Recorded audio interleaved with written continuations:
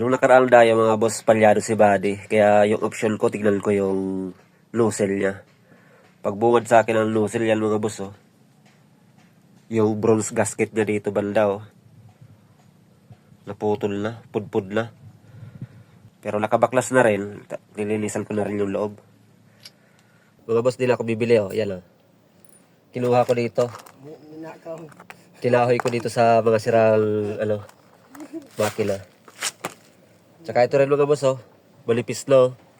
Yung dito niya, oh. Yan, oh. Kaya lumipis dahil sira nga yung gasket. Pumapasok na yung apoy dito. Yan, oh. Lumipis na. Kaya kinuha ko na rin yung nandito, oh. Eto na. Oh. Oh, sobrang lipis na, oh. Tapos ito mga kapal pa palibot, oh. Tsaka ito, di na rin ako bibili. Nililisan ko na lang yung loob. Ito. Wala dito yung kaibigan ko mekaniko, nag-service.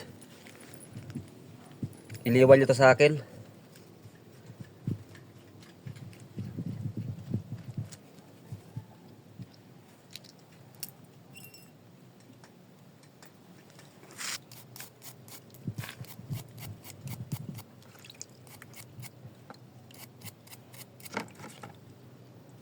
Ay, hindi na gumagalaw, oh. Kaya pala, oh. Oh. Kaya pala palyado. Ah, grabe.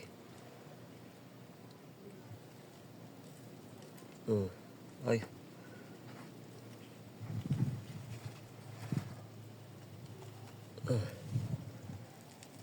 Ito lang pang linis ko mga boss, oh.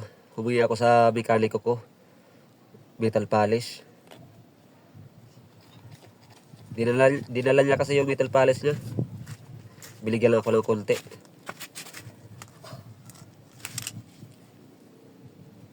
Grabe talaga. Kaya pala hindi na, ano. Kaya pala palyado, oh.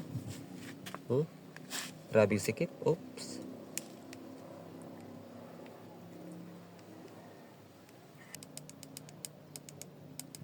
Yun na. Dumudulas-dulas na.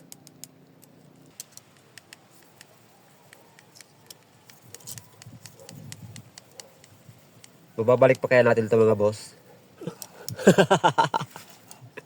Nagpiling mekaniko na tayo, eh.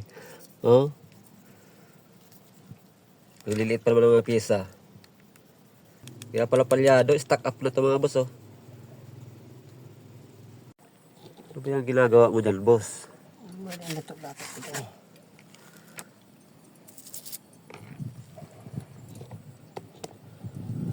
Nasa na to, pre?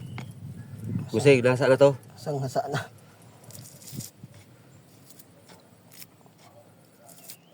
Ano si Boss Junel? Nabalawan na natin lahat.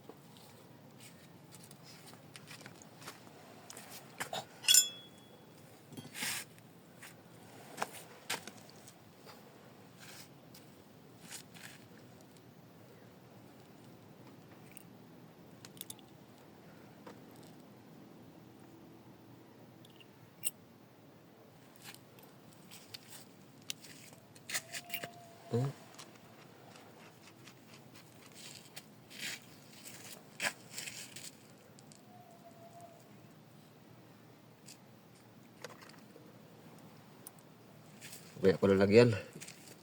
Mamaya ko na higpitan. Wala dito yung tools. Dala ng totoong mekaniko. Ay, alam mga boss, na-assemble na. Antayin ko na lang yung mekaniko. Yung tools kasi nandun sa kanya. Para mahigpitan na to.